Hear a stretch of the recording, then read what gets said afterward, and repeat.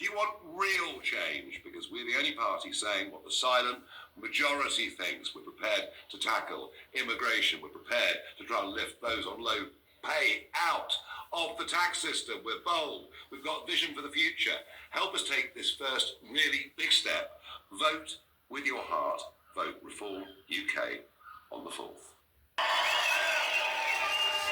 You know what? Before I start, I just want to apologise for the people outside who made it very difficult for some of you to get in tonight. And I've got a 3-point plan for the people outside. That's get a life, get a job, and get a bloody bath.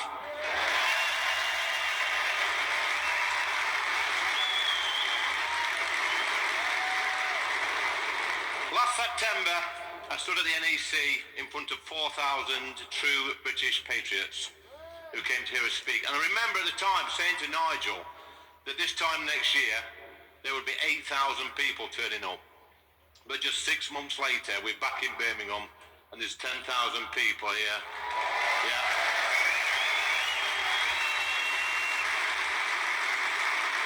Backed up by a membership army of 220,000 people. No one can stop us, so thank you for coming here today. We really appreciate it. I've got one thing to say to you. I want my country back.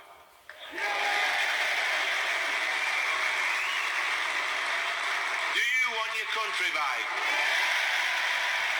Good. But what does that mean? It means... Exactly. I want a country where people can book a same-day GP appointment. They can book a dental appointment. They can feel safe on our streets. They can be confident that our borders are safe. They don't have to worry about paying for the fuel bills. They should not be scared to speak their minds. And finally, I want to live in a country where our kids can go to school and not be told they could be 72 different genders.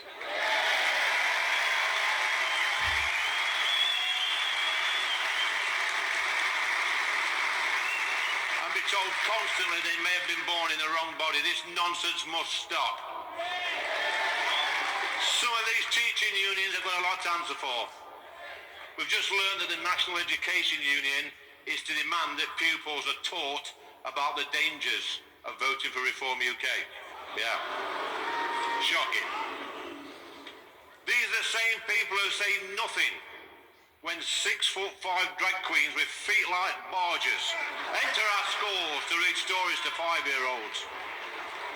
I do not want conference, our schools to become freak shows.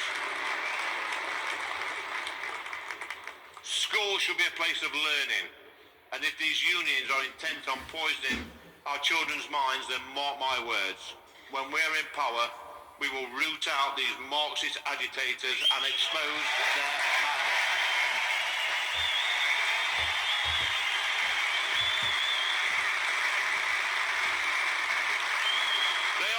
To our children, we know that, conference over the past 1,000 years, this great country of ours has led the world in science, innovation, technology, medicine, culture, democracy, and we've invented over 50% of the world's inventions.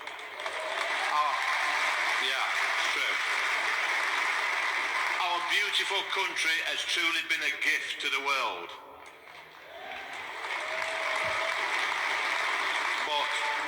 Over the past 1,000 years, our history, our heritage, our culture has been erased by a useless bunch of politicians who are currently squatting in Parliament.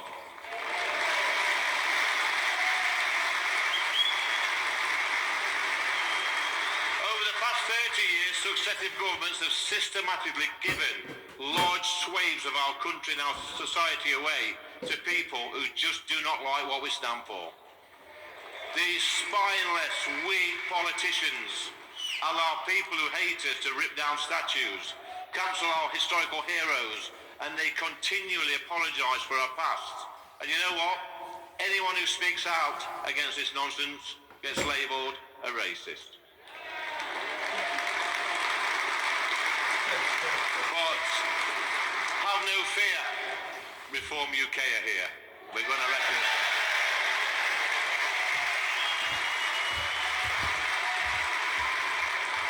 Look at some of the politicians we've got running our country at the moment. We have a public health minister who thinks it's okay to identify as a llama. You've heard that one, haven't you? We've got Rachel from accounts. Oh. Her CV looks like it was written by Walter Mitty. Ah. We've got the unhinged Mad Miliband, who is literally putting up energy prices whilst telling everybody that our bills are coming down. This man could not lie straight in bed.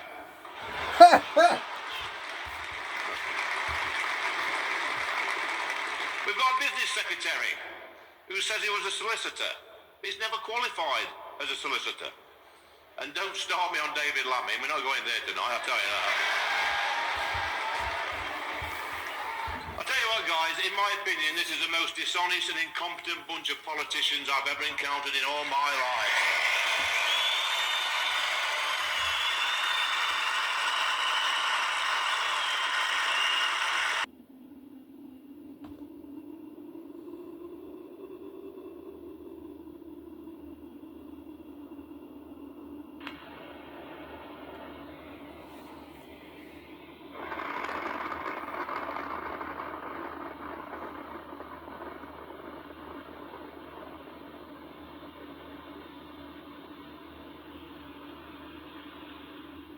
That I'm custom made.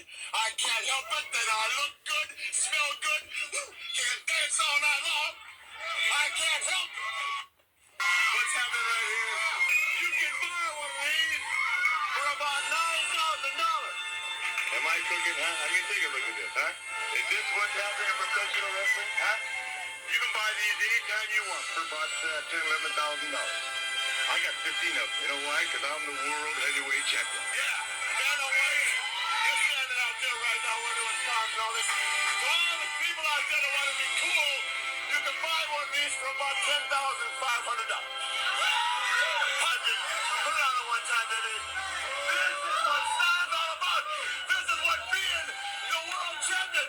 This is what being lifestyle to the rich and famous is all about. I wish all the kids could wear these, but at $5,000 a pop, it's a little hard to do. It's just begun.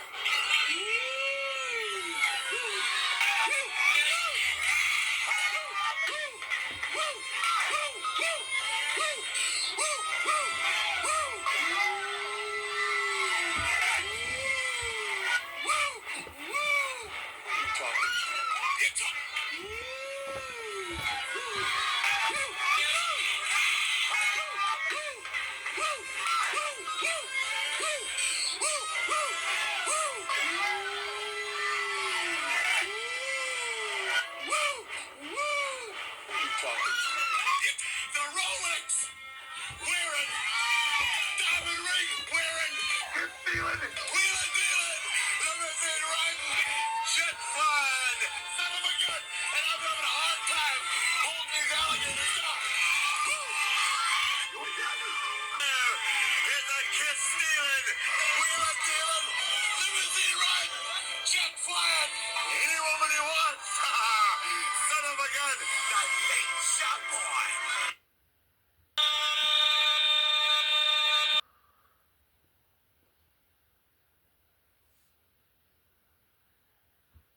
So we're out. It's about 11 o'clock in the morning. We're door knocking. And we're seeing a lot of people in an area where they would have waved the Labour vote. But have a look at this enthusiasm here. Look at this. I mean, they're waving signs out of the door. Whee! So we're out. It's about 11 o'clock in the morning. We're door knocking. And we're seeing a lot of people in an area where they would have waved the Labour vote. But have a look at this enthusiasm here. Look at this. I mean, they're waving signs out of the door. Whee! It is a big night for reform. It is a big night for reform across the country, big night for Lincolnshire. Fingers crossed. It's going to be a long night. Fingers crossed. It'll be a good one. Well, I've got a decent smile on my face. Just coming out of the count in Boston, it's looking very good for Andrew Jenkins, our mayoral candidate, and fingers crossed for the county council candidates as well. And we've just had some awesome, amazing amazing news. Hartlepool, we've won a by-election up there with a massive, massive swing. Thrilled for Amanda Napper, and that, of course, was my old stomping ground. So the night has started well. Onwards. It's looking good so far. We're winning all over the country. Are we going to win here? Oh, yes! It's looking good, isn't it? Just had a very strong Woodall. Yes, Very strong Woodall. But that's like the epicenter of the Tories. Yeah. We are the underdogs, but we're going for it. We've just come out of the counting centre here in Louth, and the news is continuing to be good for reform. So it's pretty extraordinary. We've been to 2 counts, heading into Grimsby Town Hall, where the results will be accumulated for the mayoral election, declaration, and then announced. I know it's not going to be easy. There's going to be no guarantees. We're going to make some mistakes. But I think what people hope is that we'll just give it a proper go, not mess around, and stop wasting money. It gets a whole load more grown up from here. We're just outside the count. We're hearing good things. So fingers crossed. Absolutely. I may become the mayor of Lincolnshire within the next hour. Well, it's Friday morning and the results have been outstanding. Andrea Jenkins has been confirmed and declared as the new mayoral candidate for Greater Lincolnshire. What a result for reform. I'm also proud of the by-election result as well. We're going to restore the trust in the British people, and I'm going to fight for the people of Lincolnshire and ensure that you are at the heart of everything that we do. We've won the by-election. Sarah Pochin, incredible, by just 6 votes in Runcorn and Helsby. An amazing night.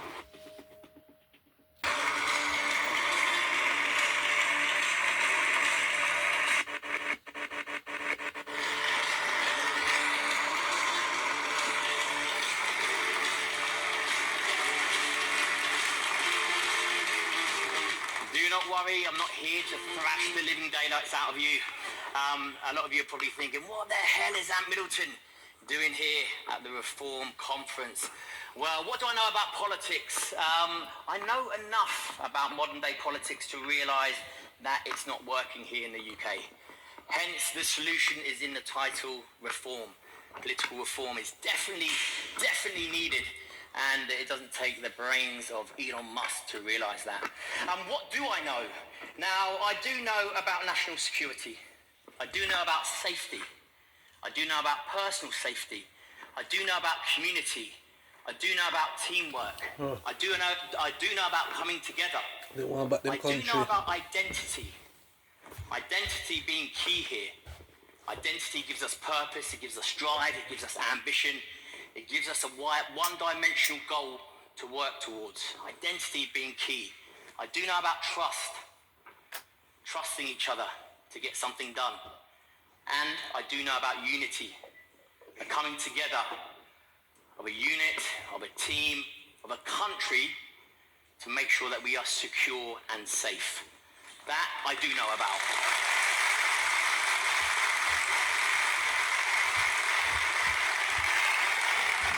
I'm not here to speak about politics. I leave that to the politicians. But listen, what I do know is national security, and that's what we're going to touch on very, very first and foremost. Now, when I spoke to Nigel and the wider team a couple of years ago, for those that don't know, I do a TV show called SAS, Who Dares Wins, where I bring in broken people and I strip them down so they can identify who they are, so they have an identity, and then I build them back up to go out into the world and to achieve. And I got asked a question by Nigel and his wider team saying, could you do that with a broken country? How do you do that? And we went through how I broke people down. I said it's quite simple. Now what I do with individuals, I bring them into a camp. I close those gates. Let's call it the border. I close the gates and I make sure that no one comes in unless they benefit the environment. Okay? Super important.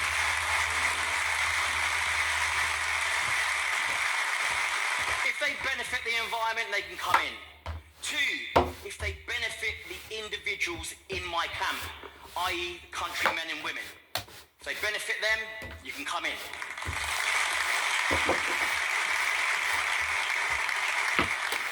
Also, if they adhere to the rules and regulations of my camp.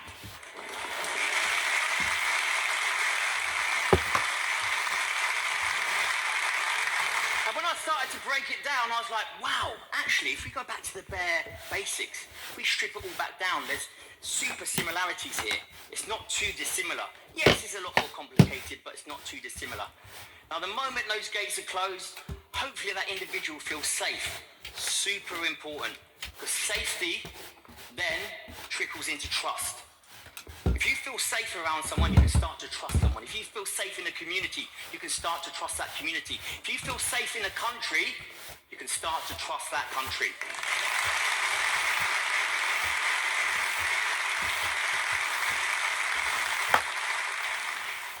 So I looked at the bigger picture, which is this country that I've fought for, that I've had the privilege of operating at the very highest level. Thank you. With multiple agencies, whether that's intelligence agencies, different special forces, I have seen a topographical view of how the country works. And the key thing is the safety behind it. So I know how it works. I know what needs to be done. And when I look at the borders, I'm almost disgusted that our Royal Navy, the best Navy in the world, no shadow of a doubt, we have the best Navy in the world, are being put on the back burner, not allowed to do their jobs. Not being allowed to do their jobs. Double standards, call it two-tier, whatever you want to call it, double standards. They're not allowed to do their job. Wow. The best Navy in the world aren't allowed to do their job, i.e. protect our waters. A joke, that isn't it?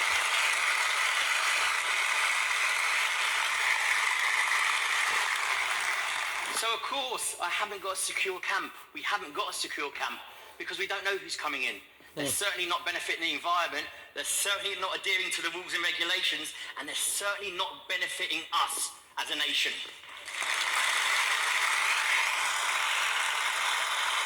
Now, interpret that as you will, okay? Let's say that's the border, okay? I don't want to get in too much trouble and be cancelled again. So let's just say that that's the border. My little camp is the border. Now, what do I do once I've secured my camp? They feel safe. I make sure that people are safe, and I start stripping them down. Okay? Broken people come to me, I strip them down, and I make them realise what they're capable of. I make them identify their true selves, who they really are. I give them an identity. Whew. What's British identity? British culture. What's British culture? British history. Okay? So why is that being eradicated? Why is that being trampled all over? Why aren't we allowed to be the umbrella culture of this country? And it's very, very simple. If I hear someone say once, well, what's British culture? Scones and tea, I'm going to throttle them. No, I'm not going to kill anyone, don't worry.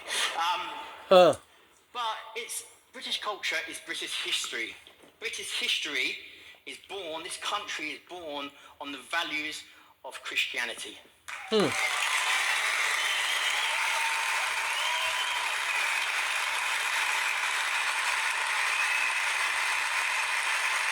values have worked for years, centuries and centuries to get us where we are today. The moment we lose our identity, guess what we lose? Our purpose, our focus, our direction. What happens when we don't have an identity? We get confused. Number one, when I left the military, lost my identity, I got confused. When you have a nation of confused people, guess what happens after? Frustration. You get frustrated. Like the individual, very much like the individual. What happens after frustration? Anger. Anger, violence. Violence. What's happening on our streets right now? Violence. We are at a very, very important and crucial stage before it teeters into civil unrest, which we want to avoid at all costs. But it's coming. We are on that edge where violence has hit the streets. We've all seen it. I don't need to mention what it is. We've all seen it. And it might not happen in your community, but it's happening the majority. You go outside of London, it's happening outside, even on the borders, even in London itself. You look at the knife crime. I know Anne mentioned it before. Knife crime, gun crime. Wow. Talk about that second layer of security, which is the community, non-existent. Do you know why? Because we've got a non-existent security on the borders. So what's it doing? It's filtering in right into the centre of our communities. Like I said, the next step is going to be a lot worse unless we get a grip of it right now. We need to revert back to the basics. Let's strip everything down, back to the basics. Identity. We need the umbrella identity of British culture. British culture needs to be at the forefront of everything. By all, come in, practice your culture. We are accepting, by all means, but we need an umbrella culture. We need that identity, because then we have our rules and regulations, which everyone needs to adhere to. Okay? That way, it stops double standards.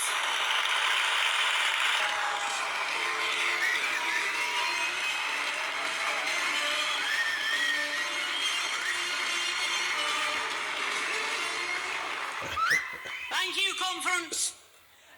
Huh. The last time we met, we had no MPs. And today we meet with 5 MPs. And in 5 years' time, we shall meet with more than 300 MPs. Huh. Look at that little country. Meanwhile, we have Keir Starmer. Ah. Now, you know, I'm a spokesman for immigration, and yet I didn't hear one single policy from Keir Starmer during the entire general election, other than that he was going to drop the only deterrent, admittedly a rather weak one, but the only deterrent that there was up till then, which was the Rwanda scheme. And instead what he was going to do, having dropped the only deterrent that we had, what he was going to do was, he was going to smash the gangs. Huh. Well, you know, I may have got it wrong, but as far as I can see, the boats are still arriving almost daily. And promising to smash the gangs is a bit like promising to eliminate the mafia, or to smash the drug gangs, or to make it impossible to smuggle drugs into the country. And quite honestly, if he believes that he can just smash the people smuggling gangs and somehow turn the tide that way, then he is even less sensible than King Canute. Huh.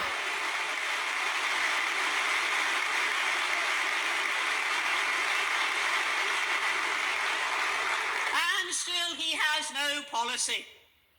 Now, reform, of course, does have a policy, and it has a reserve policy.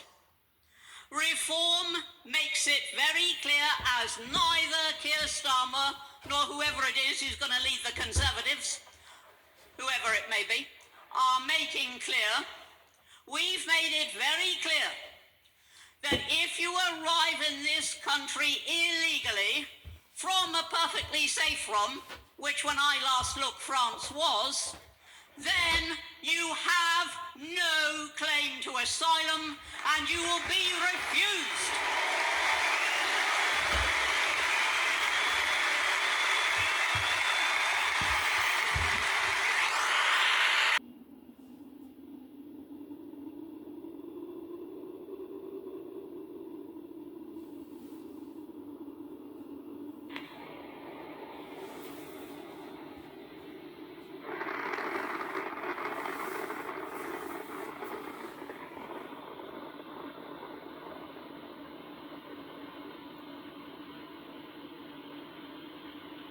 Cluster bomb is dropped. When a cluster bomb is dropped, it releases a casing filled with smaller bomblets. As it descends, the casing opens mid-air, dispersing these bomblets over a wide area. Each one is equipped with its own fuse and explosive charge. Upon hitting the ground, most of them detonate, causing multiple explosions over a large radius. But not all of them will go off off immediately, leaving a large area of live explosives.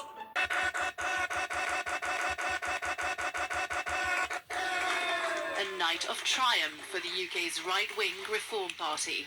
Every one of you who voted for change. Winning the parliamentary seat of Runcorn and Helsby from the ruling Labour Party in a by-election triggered after the sitting MP punched a constituent. It was the thinnest of margins, just 6 votes, but one obliterating a majority of 15,000 that Labour got in the general election just last year. The result reflecting a surge of votes for reform in England's local elections. This is phenomenal. We've got swings going on towards reform, massive swings from Conservatives in Staffordshire, massive swings from Labour happening in Doncaster, happening right here in one of their safest seats in the country. Wins on a local level come with real power. Councils are in charge of multi-million-pound budgets and services like managing schools, maintaining roads and collecting waste. And even where reform didn't win, it came close, coming up just over 700 votes short in the mayoral race in Doncaster, a Labour heartland. But listen to us more with the homeless. Where the council are in it with Labour, we just push it away. And reform, listen, where the Labour don't. We want some kind of a change. And these right here, they set up a new reform party. We'll see how they go. Voters seem willing to try something new. Reform's surge in the local elections has shown it can galvanise support from the right and the left, pitching itself as the party of the working people, but also advocating for lower taxes, and above all, railing against immigration. And it's a pitch that seems to be resonating. Starmer's Labour is lacking a vision, despite having such a good electoral result at last election last year. They're not willing to spend that political capital on a vision that looks ahead and transforms the country. All that reform has to do is step up to the plate and say, they're not fighting for you, but we will. If that is credible or not is a different question.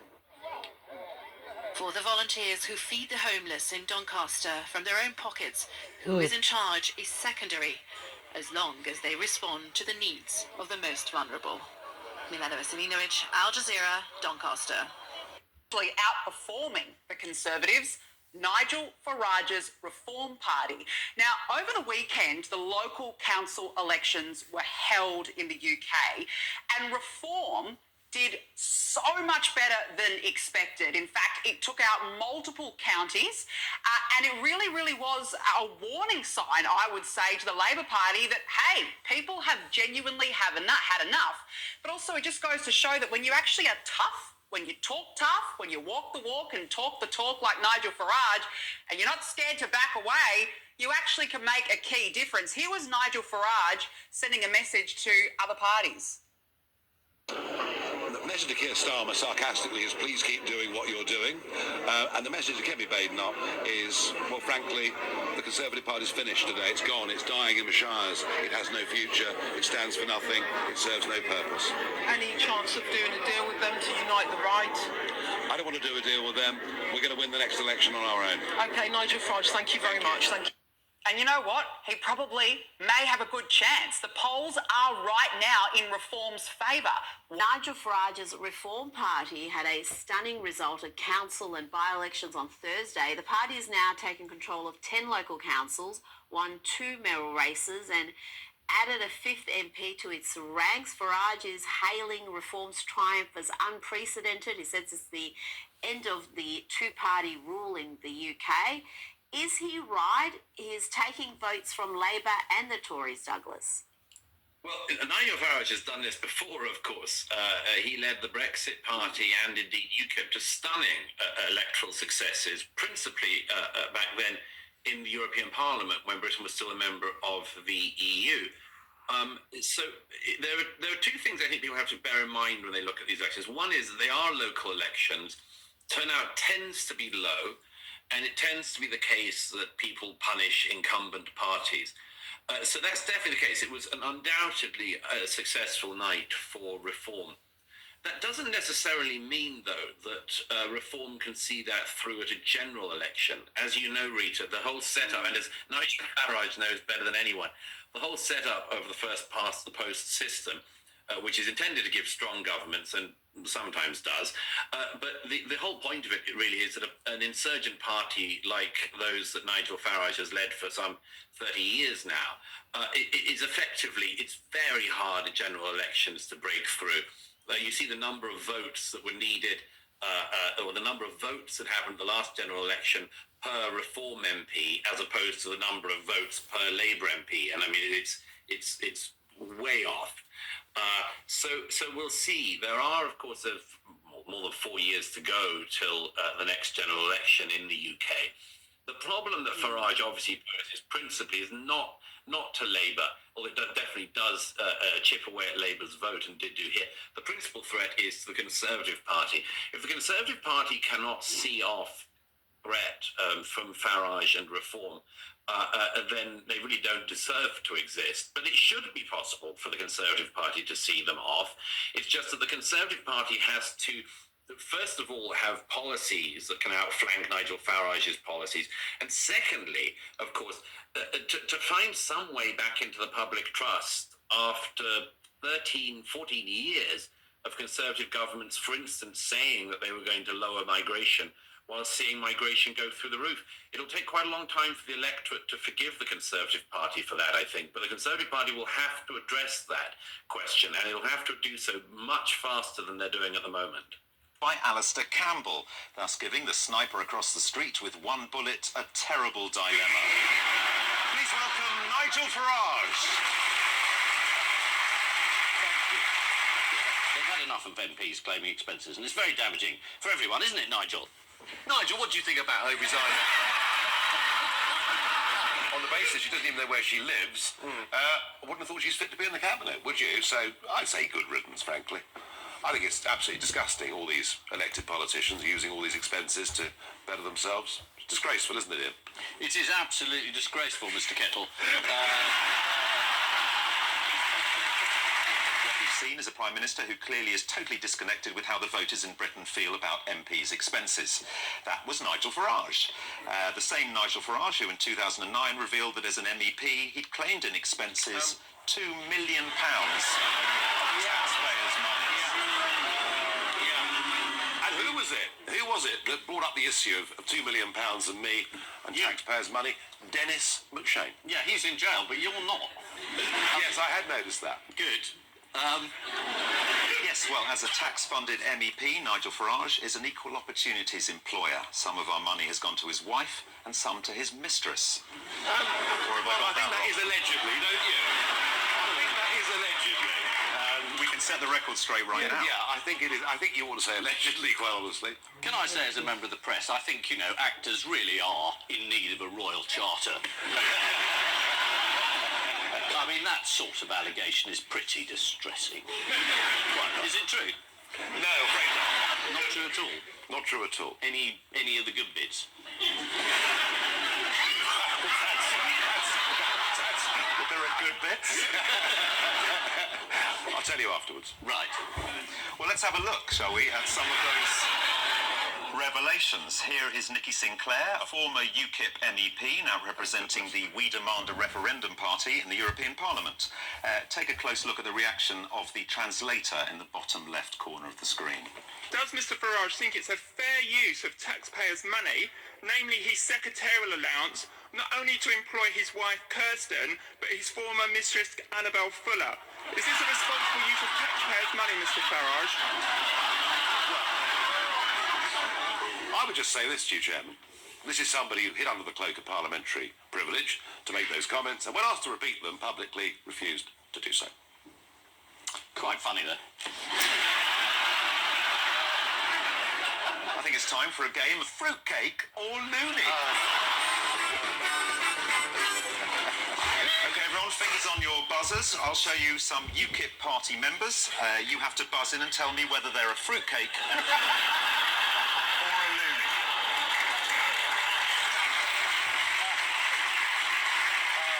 Here's the first one. I don't know who he is. casing? Yep. Fruitcake. I'm afraid that's the wrong answer. He's a loony. He's a would-be UKIP councillor and loony John Sullivan who wrote, regular physical exercise releases boys' tensions and thus avoided homosexuality. Which is quite right, Mr. Sullivan, and that's why you'll never see a gay man down the gym.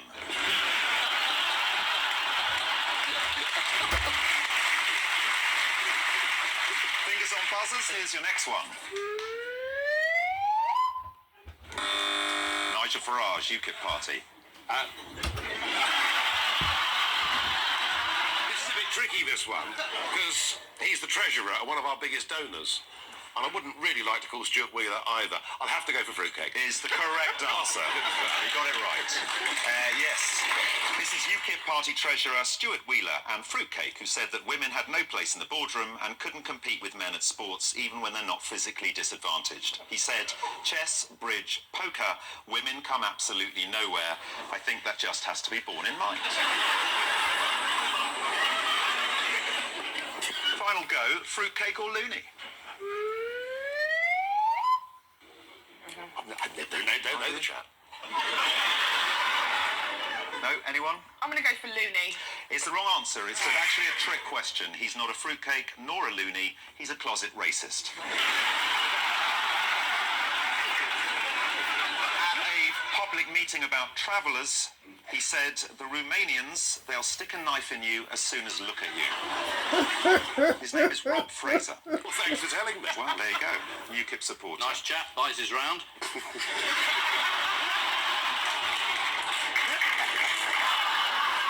Nigel, have you had your portrait done? No. How would you describe your look? Ragged. Ragged? Anyone else have a view on how Nigel looks? Swivel-eyed? Well, I think Defence Minister Anna Soubry described it best, Nigel, when she told viewers of Andrew... Swivel-eyed.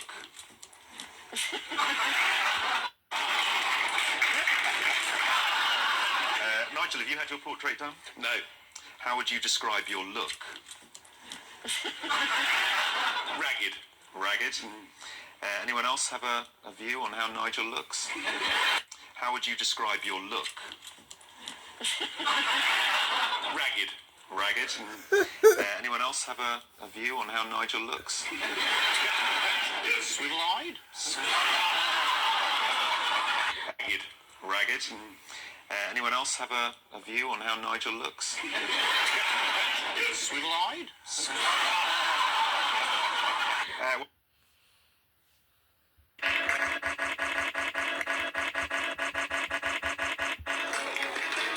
After the celebrations, the spotlight turns to Reform's ability to actually govern. Their votes have been counted. Now they promise to start counting costs in councils they control. What we are going to do, and this is our commitment to the British people, sure, we don't have a magic wand, but we will cut waste. You can hold us to that. We are going to send teams in, task forces. We'll be opening up applications shortly. We want the brightest and the best. If you've got experience in audit, if you've got experience in fixing potholes, if you're a software engineer, we're going to bring task forces in. We're now going to have access to the contract, access to the numbers, access to payroll, and we're going to make these changes. Nigel Farage's previous suggestion of job cuts led Unison, the UK's biggest union, to urge staff of Reform-led councils to sign up. The response from Reform's newly elected mayor in Lincolnshire, that she's up for a fight with unions. Dame Andrea Jenkins wants to cut as much as 1/10 of the workforce in at least one council in her area. Here's the scale of Reform's rise, coming from nowhere in 2021 to now running 10 local authorities in England. Among the councils turned turquoise, Derbyshire, where the Tories were toppled. The notion of Doge is I suppose, one that's captured public imagination. The ousted leader warns Reform are in for a shock. So, for example, they're going to go in and sweep away EDI. In a local authority like ours, we don't actually have an individual that does EDI. So Reform are talking about all this cost-cutting, bringing in auditors. Why weren't you doing that? I don't know what they think we were doing for the last 8 years, but as an organisation that had to make over £300 million worth of savings, they won't even be able to find the auditors. Local government auditors are as rare as hen's teeth out there at the moment. So if they can even find them, pay for them to put them in the organisation and do what they think they're going to be able to do, I would think be a monumental waste of cash. While cash-strapped councils are Reform's current focus, Labour is questioning how feasible their leader's wider vision is. He wants an insurance-based system for our healthcare. Well, that's the dismantling of the National Health Service, free at the point of use, we've had since 1948. If he wants to run the country, he's going to have to start answering some questions about how his policies stack up. Conservative councillors who lost their seat got an apology from Kemi Badenoch, who's pursuing a slow and steady approach in the race to the next general election. That is what I was elected to do, to renew our party and rebuild trust with the public. But that does take time. And one of the things which I said when I became leader was that the road was going to be bumpy. Which brings us to another Nigel Farage pledge, filling in potholes. That won't come cheap either. If Reform want to make more inroads in Parliament, first they must prove they can rebuild services locally. It's a journey that's unlikely to be smooth.